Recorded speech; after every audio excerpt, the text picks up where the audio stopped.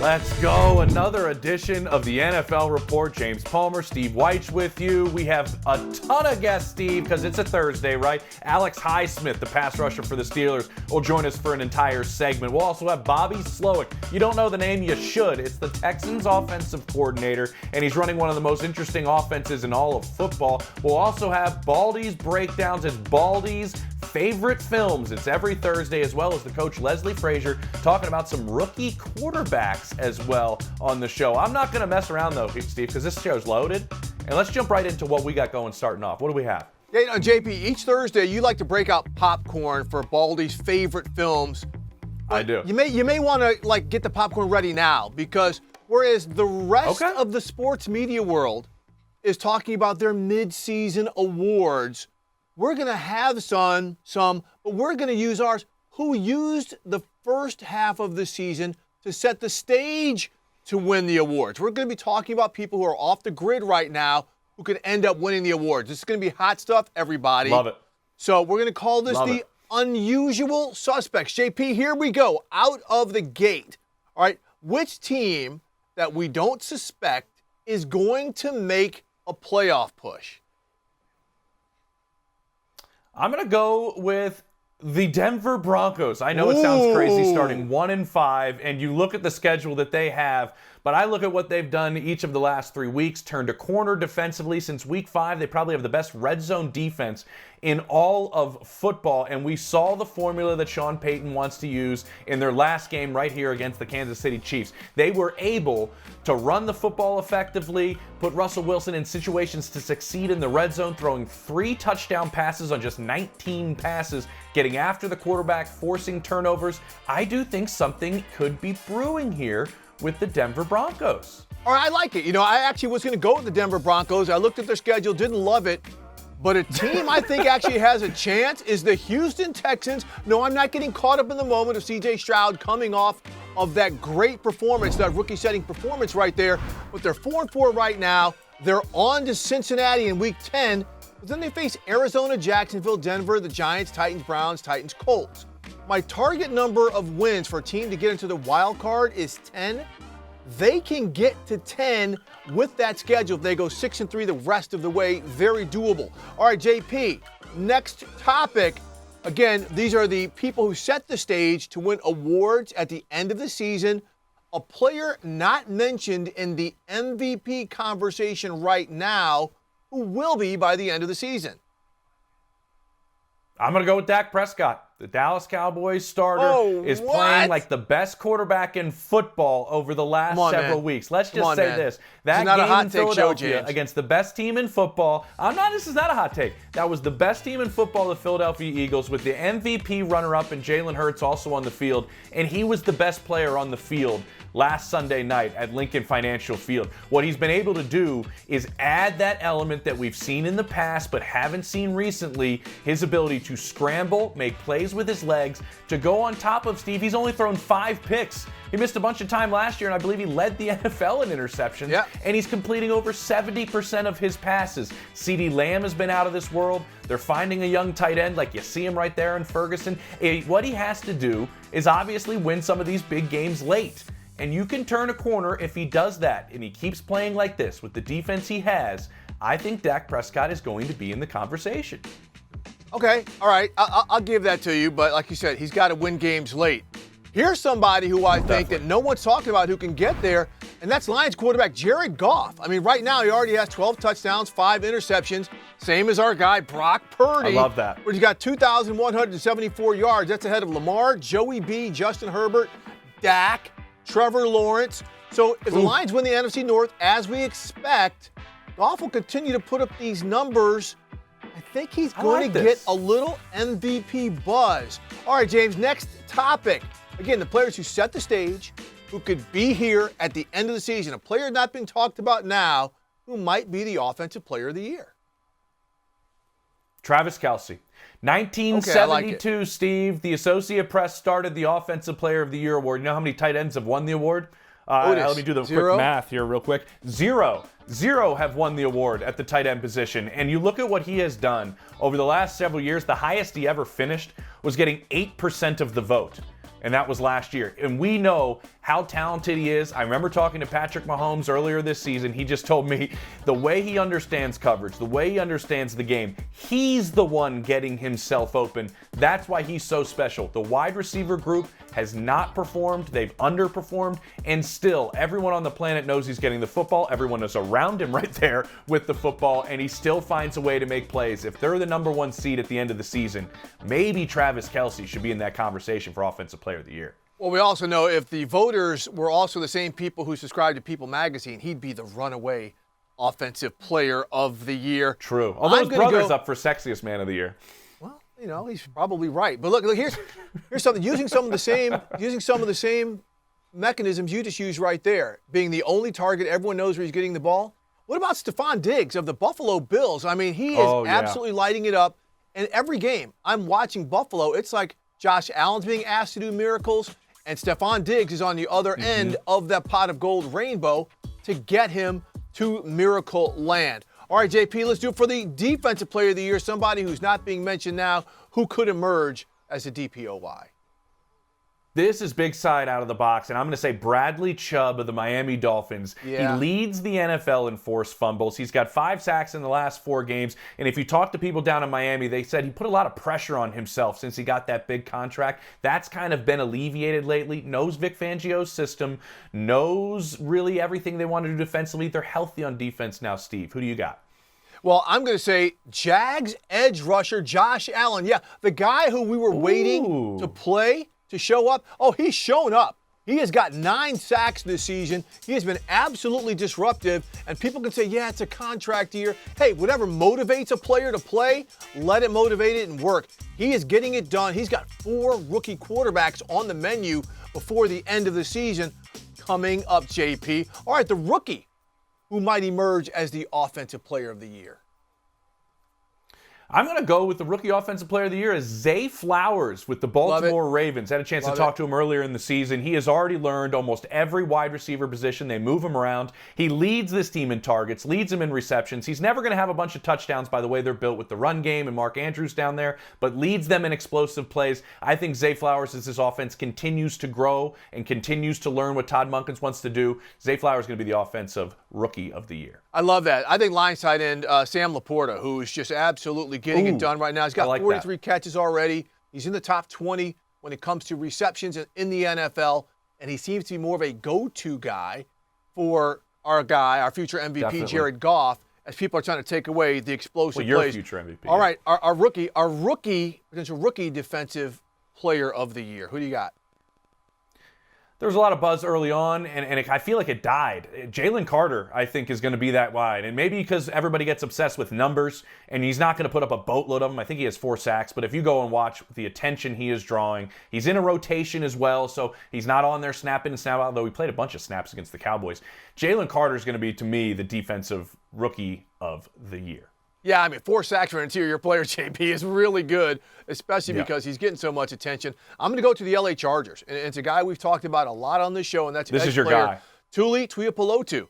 We saw against the Jets the way he's being used, sometimes reduced to tackle as a rusher, sometimes on the edge. He continues to wreak havoc. All right, our last one, the coach nobody is thinking of or mentioning, who's going to end up in the COY conversation. It's got to be Shane Steichen to me with the Indianapolis Colts. Everything he's dealt with early in the season with Jonathan Taylor holding out and everything that went on with that contract. He loses Anthony Richardson. And right now, Steve, this team is 7th in scoring.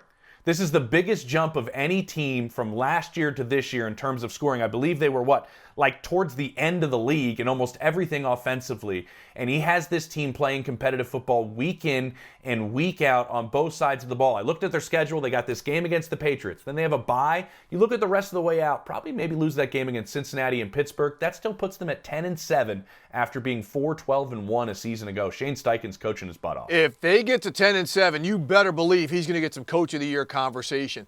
Here's a guy no one ever talks about. Dude's doing a good job. I think Kevin Stefanski with the Cleveland Browns, you look at their injuries, right? Nick Chubb is out. Their quarterback situation has not been ideal, and I am putting that mildly, yet here they are, one of the best teams in the NFL. Plus, he gets a check-the-box credit for hiring Jim Schwartz as his defensive coordinator to make them the best unit in the NFL. That's your guy. JP, I loved it. That was our usual suspects, everybody.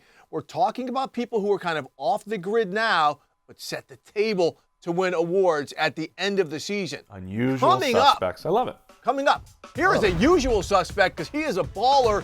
Steelers edge rusher Alex Highsmith. Not only is he going to talk about the great defense, but he's also going to tell us his favorite Tomlinism. We come back on the NFL Report.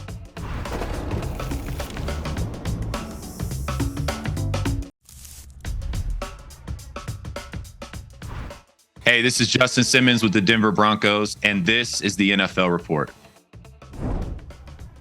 All right, we have another great interview lined up. One of the best players in the NFL, James, and he's also a brother in freckles. And that's Steelers linebacker Alex Highsmith. Yeah. Alex, thank you so much for joining us today here on the NFL Report. Yes, sir. Thanks for having me. Excited to be here. Absolutely. Hey, before we talk some football, man, we got to talk a little bit about your head coach because, you know, you're around him all the time, and he's dropping these verbal pearls just all the time. I mean, today somebody asked him, you know, about what's going on with George Pickens and this and that. He said, that's just a pebble in my shoe. So tell us about Mike Tomlin, like some of the great sayings he comes up with, and do they ever get tired? I mean, he's got so many sayings. You know, we all love Coach T, and you know, that's, you know, one of the reasons we love him. You know, he keeps it real with us, and he's such a player's coach. You know, he's always walking around talking to us throughout the day, and he wants the best out of all of us. I'd probably say my favorite Tomlinism quote from him is pressure is ever present. You're either feeling it or applying it. And I mean, he says, I choose to apply it. And so, I mean, it's true. You're either always, you know, feeling that pressure or you're applying it. And so I'd probably say that's my favorite Tomlinism out of all of them. He's got a lot, but I'd say that's my favorite. That's strong. It is. Ooh, I love that. I'm gonna write that one down real quick. Hold on, guys. Got that one down. Keep that one for myself. And kind of with that said, Alex, I was at your guys' game. You lose to Jacksonville, and then you bounce back, and obviously you know you got to stop a physical running back in Derrick Henry the next week. What did that performance? I know it's a rookie quarterback you're going against in his second NFL start, but you know that's a physical offense you were going against. What did that kind of performance you guys did defensively kind of help you kind of get back to your ways in a sense, maybe?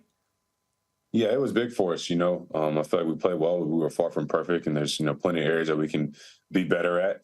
But I think coming into that game, you know, the goal was to stop Derrick Henry and get after him and then get after Will Levis. And so I think we, you know, stuck to our game plan. You know, we were able to stop him in some ways. And then, you know, I think Will Levis is going to be a great quarterback in this league. And so he had a great, you know, first game against the Falcons. He came out was throwing it well against us as well. And so I think he's going to be a great quarterback in this league in the future. But I think, you know, we just had to get after him. We had to apply pressure all night. You know, knew that they were coming into our environment, Thursday night football at Acrisure. So we knew we had to, you know, get after him and apply.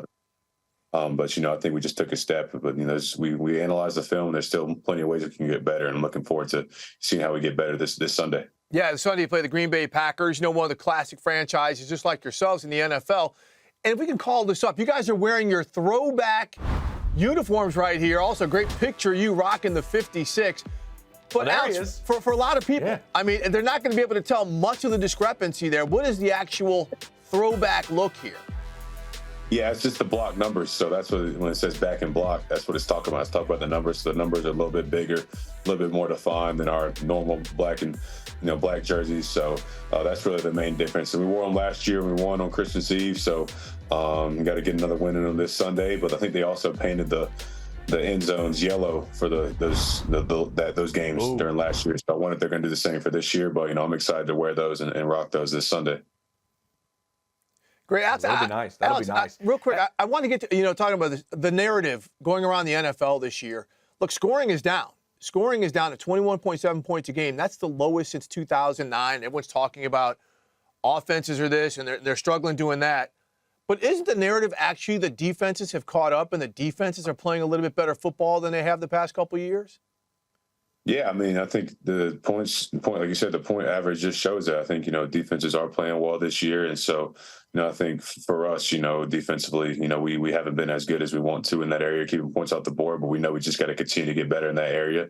But I think, from those stats, it shows that, defenses, we're starting to get better and better in this league. And a big part of your guys' defense, and I remember talking to you the other, maybe a week ago about this, Alex, was kind of splash plays that you guys are able to make. TJ's made a lot of them. You've made a lot of them over the last couple of years. What is it about those type of plays that allow maybe the both of you and some other guys on your defense to make those type of plays? Can you ever sense when one of those might be coming? Yeah, I mean, we always say you got to have the ball, and I think that's something we pride ourselves on as a defense is getting turnovers and taking the ball away. And I think we've done a good job of that this year so far. Whether it's forced fumbles, strip sacks, or interceptions, I think we've done a good job of that so far. We just got to continue to get better in that area. And so it's awesome being around a group of guys that are willing to practice and work on getting the ball. Because we practice those things in practice. We practice punching the ball out. We practice interceptions and getting those things. And so I think it's just so important to practice those good habits, and then they translate to the game. And so they've done that. It's done that for us this year so far. And so we look forward to just getting even more throughout this year. But, Alex, you led the NFL in strip sacks last year and forced fumbles. What is your secret? Because you've already got a couple this year, too. You're on your way to surpassing your total of 5 from last year. What is it about the way you rush the passer that allows you to do that? Yeah, I just think it's always searching for the ball. Always wanting to get the ball out. And I know there's so many different rules now on hitting quarterbacks, and a lot of roughing the passer calls have been called this year and stuff. And so I think there's just an emphasis on getting the ball, searching for the ball, not necessarily just tackling the quarterback, but getting the ball out. And so that's something that, like I said, we work on in practice a lot. We work on coming around the edge and then reaching for the ball and stripping it. And so that's something I've worked on a lot, because I know that sacks are great. They end drives, but strip sacks are even better, because they can set up our offense in great field position and just get turnovers as well. And so that's what we pride ourselves on, is really getting the ball out. I don't think it's any secret, Alex. Those have helped out your offense, which through the first 3 quarters of games have been struggling to kind of get their thing going. And then in the fourth quarter, bam, we see it's Kenny Pickett and company, and they start moving the football. What have those first 3 quarters been like as a defensive unit, though? Maybe they're going to get it going by the fourth, but you got to make sure maybe you got to keep things close. I'm not sure. What does it feel like through the first 3 as a defense? Yeah, I just think for us is the whole game, the mindset is just to control what we can control. Just going out there and, getting off the field. And that's an area that we have to be better at. That's an area we haven't been good at enough, is getting off the field quickly. And a lot of teams have had long drives on us, and there's been some long drives where we've got turnovers towards the end of the drive. So I think we just got to be better at just getting off the field with 3 and outs and stuff like that. But ultimately, it's about just controlling what we can control, and that's going out there and getting stops every single drive. Well, Alex, what's interesting now, too, is we're at the midway point of the season, and every team in the AFC North would be in the playoffs right now. I mean, no surprise. You know how tough this division is. But, understanding the way that you guys play each other again, all these teams again, do you think that the season could end with all 4 of you teams in the playoffs? I mean, absolutely. This division's a juggernaut. It's a heavyweight battle. And so, all 4 teams in our division are really good teams. And so, coming down towards the end of the season, I know it's going to be a tight race. And so every game from here on out matters, especially those division games. I know we got the Packers this week, and then we got 2 straight road division games. So those are going to be big games for us. But, that's one thing I love about playing in the AFC North is just the competition. And, over the past couple of years, developing these rivalries with these teams is just awesome. And so it's definitely going to be, all those matchups are going to be high intensity, and they're going to mean a lot, especially towards the end of the year.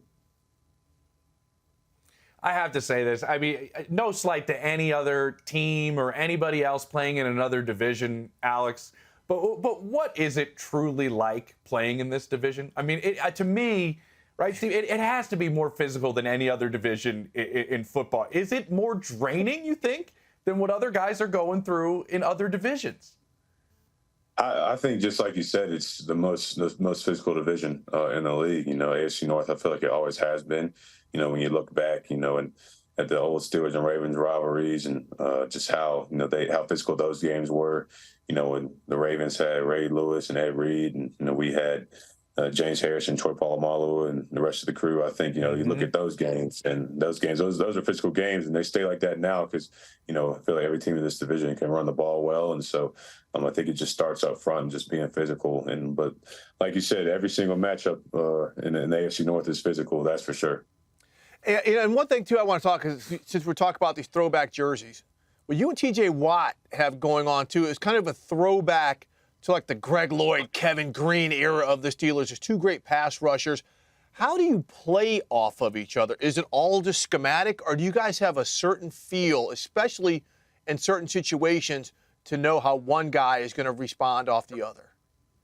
Yeah, I think we work well together. You know, we make each other better, and I feel like ever since I've gotten in the league, he's maybe a lot better as a player. I remember coming in as a rookie, having him and Bud Dupree, as guys to look up to, and now having him, playing with him for my fourth year now, he's the best in the world at what he does. So he makes me a lot better. There's a lot of times where he gets a lot of attention, and it leaves me, having some one-on-one battles that allow me to take advantage of those. And so I just, love working with him. And I think, we're just going to continue to get better throughout the year. Last one I have for you, Alex, is obviously everything you guys have done up front. You get Cam back, which is great in the middle of that defensive line. And I look at what life is like as a member of the Steelers secondary. And I want to ask you about two of them back there, a young one and an older one, in terms of what have you learned about Patrick Peterson and Joey Porter Jr., and who's now in a starting role in both of those guys in your secondary now, because they're kind of new to you. Yeah, both of those guys have been awesome for us. Great additions for us.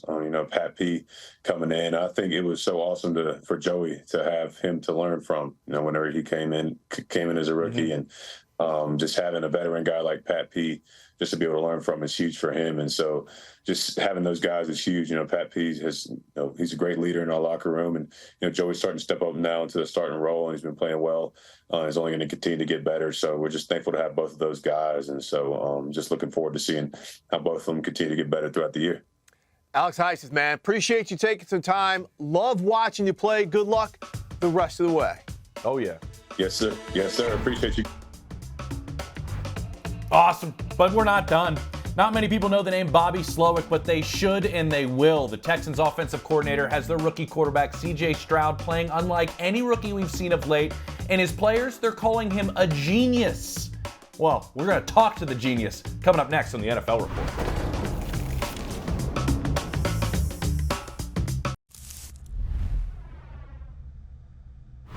Ball at the 14-yard line of the Bucks. Stroud fakes the give, throws to Nico on the slant. Nico into the end zone. Touchdown, Houston. C.J. Stroud to Nico Collins, and the Texans take the lead on Tampa Bay. And he throws downfield over the middle, and he's got a man Brown, left side, 50, 40, left sideline, full throttle, 20, 15, 10, 5, fighting for the goal line, and he's got it!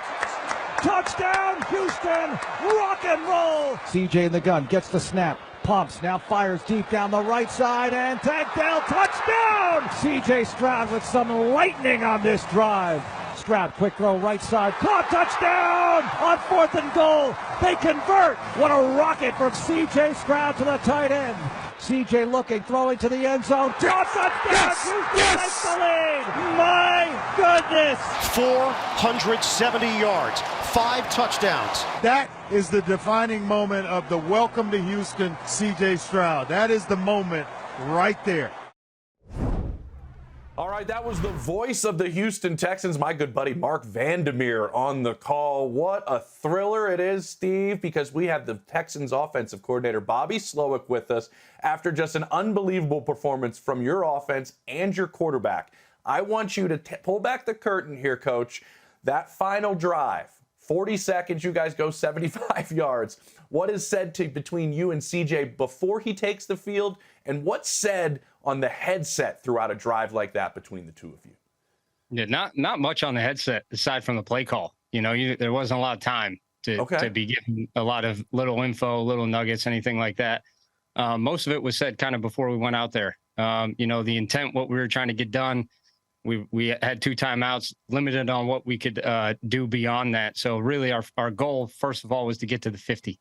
Get to the 50 as fast as we can. Let's ensure we have a shot at the end zone at the end of the game because we knew we needed a touchdown. And then beyond that, once we were out of timeouts, at some point, he was well aware that he had to make a form of a special play. Whether it was him or receiver, somebody had to get a chunk. Which, they weren't going to just give us. And he did a great job. He went out. He operated really fast, efficiently. That was the biggest thing. The ball was getting out of his hands fast. We were eating up yards pretty quick, especially within the first 3 plays. And then after that, I think there was about 16 seconds left, and him and Tank made a special play on the connection on the sideline that really was just it was an unbelievable throw, unbelievable route, just like a downfield handoff. Yeah. And that really was the play that kind of made the whole thing go. Yeah, those last two throws were just unbelievable stick throws right on where they had to be, where the defender couldn't get to them.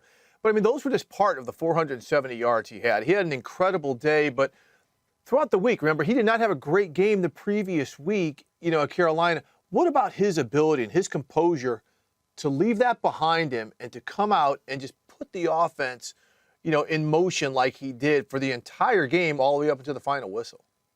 Yeah, no, it's impressive. I mean, he's a fun guy to coach. He's always engaged. He's very willing to take all the coaching points we have and go put them into action. And sometimes that's not just football. Sometimes that's life. Sometimes it's how to move on from poor performances as an offense, as a team, as a player. And really, I think that's spread through our whole team right now. Like we very much have a next week mentality.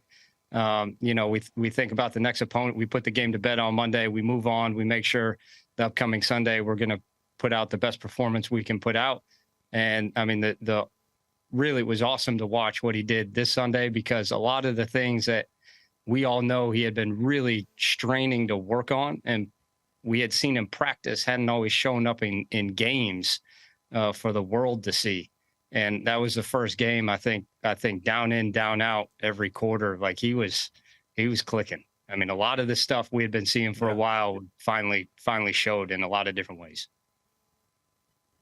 But a lot what happens with you guys as an offense coach is the trust factor that we keep hearing in Houston about between you and your quarterback and the rest of that offense. I was going back looking at something CJ said after your guys' game against the Falcons, where apparently there was a conversation between the two of you on the sideline, changing, I believe, a route for Dalton Schultz.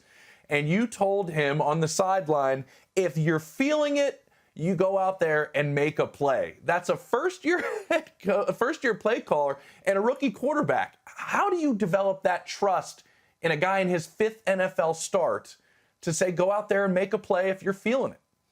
Yeah, a lot of it's through, again, I reference back to practice, to training camp, to just the time we've spent together and done similar things already. That when we have conversations on the sideline, when we have conversations during the week, like we get on the same page very quickly, a lot. And I think that makes easy sideline conversations. We can adjust fast within games. Cool. And then the Atlanta game in particular, we had run a concept a couple times, and we had a double move a different way in the game. And he's, through the course of our conversation, it was, hey, why don't we run the double move out of this? And I was like, hey, if you feel like you're confident throwing it to Dalton, I'm all for it. Yeah. So we went and talked with Dalton about it, and then they made a heck of a play. I love that. You talk about trust. We're talking so much about you and TJ, that relationship, but your whole offense trusts you. And I want you to listen to this. We had Laramie Tunsil, your left tackle, on the show last week. I want you to listen to this, to what he has to say about you and what you've done for this team thus far. He's another guy that's behind the scenes, but he's a mastermind. He be dialing it up. He really does. In my opinion, he really does. Like, he be dialing it up. In my opinion, I think he's one of the top OCs in the NFL. I mean, how about that? That's Laramie Tunsil. That's one of the best offensive players in the NFL. He's been in this league for a while. And for them to have that buy-in, Bobby, I mean, what does that mean to you? I mean, it means a lot, and that's not, I probably didn't have much of a reaction right there, but it's not like we have very real meetings, when we get together as an offense. We're very truthful, and that's both ways. I make sure I tell guys when they do really, really well, and I make sure I tell guys when, we have something we need to fix, and they do the same to me. It's a two-way street for sure. And that just, it creates a lot of the trust we had already talked about, creates a lot of close relationships. Everyone knows we're committed to each other. And I think that's really how you wind up building a team and a culture that wants to win, not just to win. We want to win for each other. We want to win for the people in the building. We want to win for the fellow coaches. We want to win for D'Amico. I want to win for LT, so, and it really all just plays a part in that. We really believe in each other, and we know when we go out and we play the way we believe we can play week in and week out, we always have a shot. Bobby, we're looking at all the yards CJ was able to throw for last week and what your skill guys have been able to do, what your quarterback's been able to do. But I look at, you've only turned the football over 5 times as an offense. I mean, that's number 1 in the NFL. And I know you love scheming up, obviously, everything these guys are doing out in space, but scheming up the offensive line. I know that's something you like to do in terms of protecting your quarterback and how important that is. What do you love about designing these things up front for your offense? Yeah, that's a great, interesting word choice right there. That's stressful is another good one. But I mean, like it's just part of it. It's part of the offense, right? Like if you really want to go back and you want to throw the ball to receivers that we really believe in, tight ends we believe in, backs we believe in, and let our quarterback operate and grow within the league and the NFL, you got to give them time, and you have to give them a pocket to be able to operate in, because muddy pockets make things pretty gray pretty quick. So we devote a lot of time to that, and thankfully we have guys up front that have really blocked their tails off. I would say all year. I would say even week 1. When we probably had what I would consider our worst protection performance. It wasn't really physical. It was more mental on a lot of things. And they've taken that to heart. Like we all want to see CJ go out and spin the ball the way we know he can spin it. And to do that, we know he needs time. And we need to give our receivers time to be able to work their routes, because we have a lot of trust that if they have time, we're probably going to be getting some yards, and we're going to have an efficient day. And again, like I go back to, I mean, we definitely have done some things in protection wise so far this year, especially when we were going through week 4, 5, and 6, that we had to devote a lot of time to. But more than anything, like the players and how much they've bought in, and they've just believed in what we're doing and how we're going to do it. Because a lot of it's not generic stuff. It was stuff that we kind of stand in game plan specific situations, and they were all about it, and that's the only way it works. Bobby, that really dovetails into this. I mean, your father's former NFL defensive coordinator. He's coached up in the CFL. Your brother's a defensive coach for the Dolphins. You came into this as a defensive coach. What is your knowledge of not only schemes and concepts, but what teams are trying to do in situational football on that side of the ball? Help you scheme up protections, help you scheme up certain run plays, and knowing when you can dial up certain pass patterns or runs. Yeah, no, I mean, it's definitely beneficial. That's from Mike Shanahan, actually. When I first got in the NFL, I worked in Washington, and he was the head coach.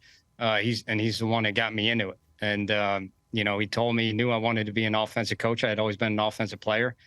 And he said, you want to be a really good offensive coach, what you need to do is you need to learn defense. Wow. And that's how you need to start your career. So he put me on defense as a defensive quality control with my dad, who was a defensive coach, which was probably despite the record, it was probably some of the best years I've had in life as far as coaching. That's a special thing, being able to work with your father. But, aside from that, just being able to see how they're structured, how they think, really speeds up your process as an offensive coach to know what you're trying to get to, what you're trying to attack. And in particular, what you have to protect against, because that's usually just as much as we always want to attack as offensive coaches. We also have to make sure we avoid disasters, and that's a large part of making sure you're protecting each and every play, and it speeds that process up. But even then, it's been I want to say 5 years now since I've been on defense, and I mean it evolves. It changes all the time, every year, every game. Even now, there was a point where I would look at other defensive structures and I felt really confident. I knew exactly what was going on all the time. And that's not always the case anymore. And I think it's the same when you look at offense back and forth. It's just an endlessly evolving process. But knowing generally how it works and how guys want to play and where they want to be, without a doubt, expedites everything. And evolving offenses is obviously something we're seeing you doing, Bobby. I'm not sure if this was called. It looked like it was. You had CJ out there as the option player. After I love that play. I know exactly what you're doing. Right? I love that. That play was phenomenal. The one we pitched it so to him? the reason I bring Yeah, when you pitched it to him. Yeah. That was designed, right? Not on that one. Awesome. What about the way CJ kept his depth, though? What about the way he kept his depth? We always talk about carrying out keepers. So that right there, that's why you always carry out your keeper. You never know. Ball might come to you. You always carry out your keepers. Oh, you got to love it. You guys are simpatico right there. That's Bobby Slowick, fantastic. We could talk about this all day. Really appreciate you taking a few minutes, and best of luck this weekend. Thanks, guys. Appreciate it. Been fun, Bobby. Boy, that was great. I mean, I just feel so much better and smarter, and that's what the show is about. And coming up, Brian Baldinger, Baldi's favorite films. We're going to talk about a QB hunter in the realest sense here on the NFL Report.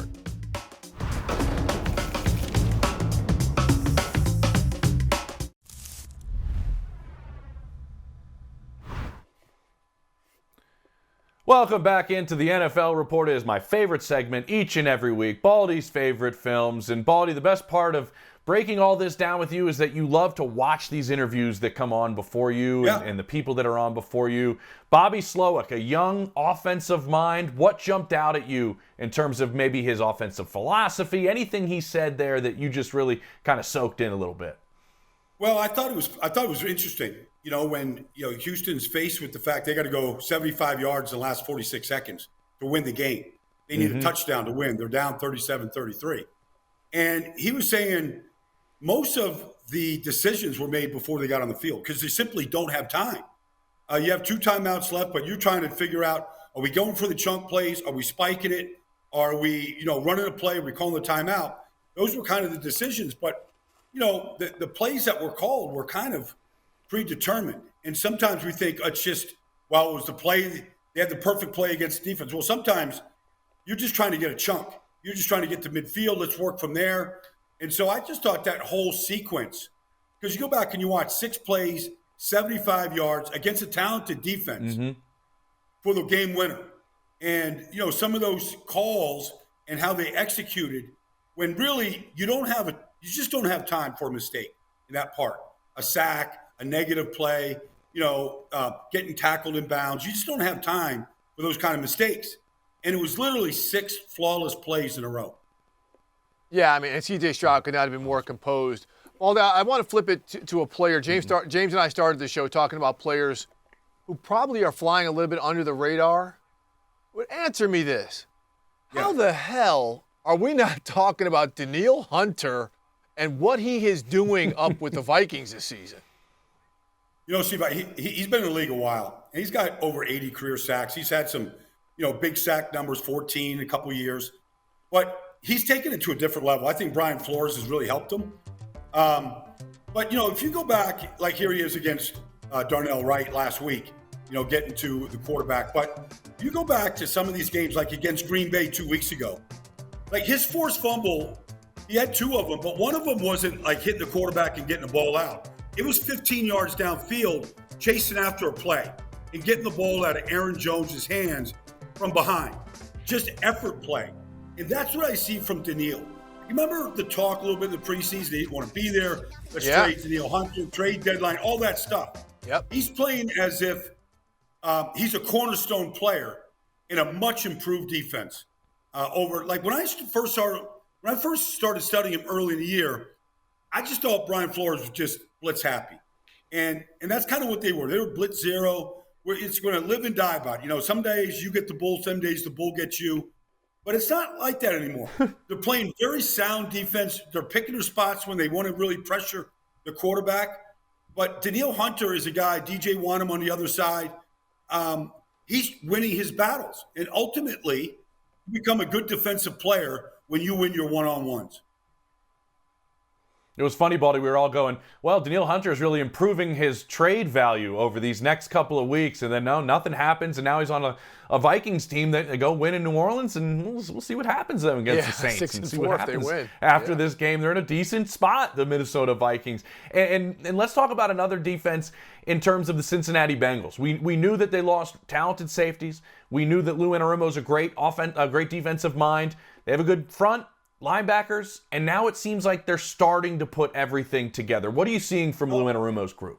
Well, I mean, if you just look at the most important stat in football outside of wins and losses, I mean, they lead the league in turnover ratio.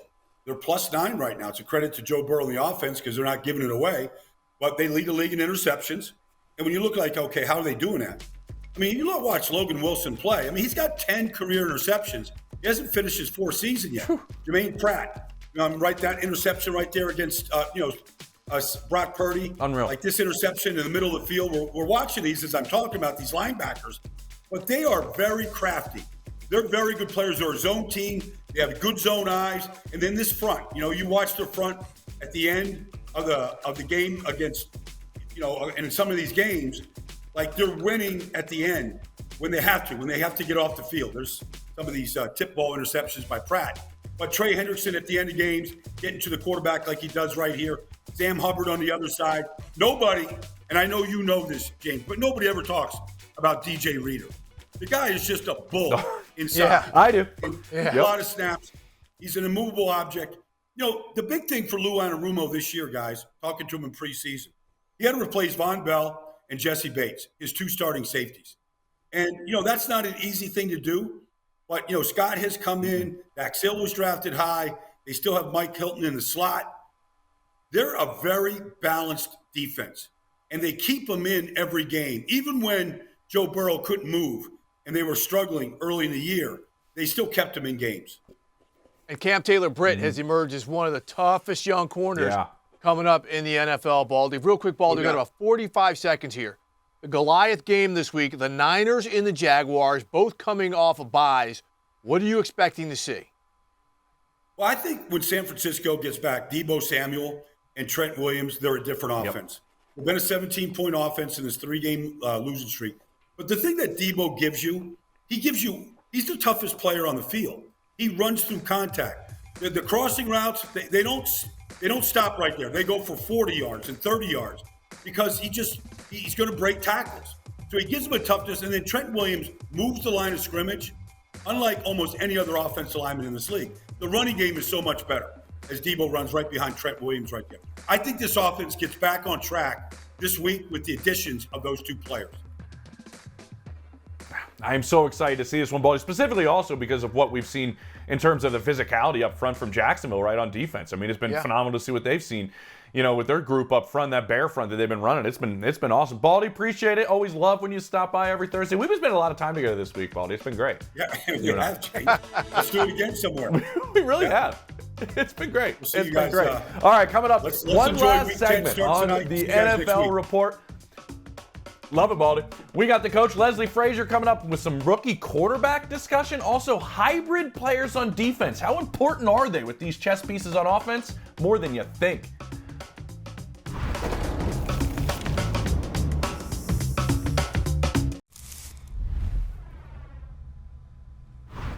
All right, back at the NFL report. And now, James, we're bringing in one of the best football minds that we've seen in this league in years. That's Leslie Frasier, former head coach, NFL defensive coordinator, former player. And, Coach, last week we saw 7 rookies start in the NFL. That's probably more than most of these teams wanted to play. But when you look at this, which one of these rookies do you think is going to impact their terms, maybe not right now, but more so for the long term? Yeah, Steve, do you realize that this is the first time since 1970 that 7 rookies started this early in the season? Going back to 2019 even, when I think there were 8 rookies that started, but it was a little bit later in the season. So this was very unusual and kind of trended in that way this season in 2023. We've talked a few different times about how points are down, how explosive plays are down. And a lot of it is the product of these young quarterbacks that are having to play for different reasons. Some because of injuries, and others because, they were drafted so high that they have to start, i.e. Bryce Young, and then we're seeing what CJ is doing. But to answer your question, which one has the greatest potential to really become that franchise guy for their team? You guys talked about it earlier in the show. Watching CJ Stroud did with the Texans, you have to say this is not an anomaly. This is the real thing. Those numbers that he's put up throughout the season, probably the most impressive part about it is the fact that he's only thrown, I think, one interception. Yeah, only one. And that is very unusual for young quarterbacks. I expect those numbers to be much higher, in particular with the number of throws he's had. So it's been very, very impressive, what he's done with the boys that he's played with. And I do think that Bryce Young will come around. He struggled for sure last week with the 3 interceptions. I mean, it was a tough day for him all around. He took some sacks as well. But in time, one of the things I mentioned on our show a few days ago when we were doing Game Day Final was talking about Peyton Manning in his rookie year in Indy and how he struggled throwing interceptions. But you're hoping, and Jim Caldwell, who's on that staff in Carolina, you're hoping that this is going to pay dividends down the road because he has the talent. Just a matter of getting the confidence and getting more weapons around him. He has a chance to really improve as a quarterback. And then the third guy, probably in his 2 starts, he's done a good job. In particular, his first start against it was Arizona was the first start. Had Atlanta Falcons had a big day against Atlanta and came back against Pittsburgh and played well in that game. Although the pick at the end of the game, I'm sure he'd like to have, but he's done some good things in his short time on the field, so he has a chance as well. When you look at Clayton Tune, Jaron Hall, I mean, those guys are more placeholders. Tyson Bagent, more of a placeholder, not a guy you think long-term is going to be the answer. But CJ, taking a look at what even Aiden O'Connell did a good job with the Raiders, but he needs a run game to be effective. And Josh Jacobs really looked like himself in that Giants game. So those are the guys who I think have a chance to really take it to another level.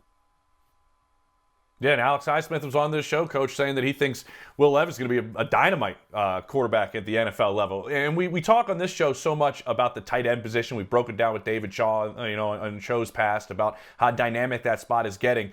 You have to cover these chess pieces that are on offense with dynamic type of players that are versatile on the defensive side of the ball. What do you see about those type of players that we're seeing in the league right now?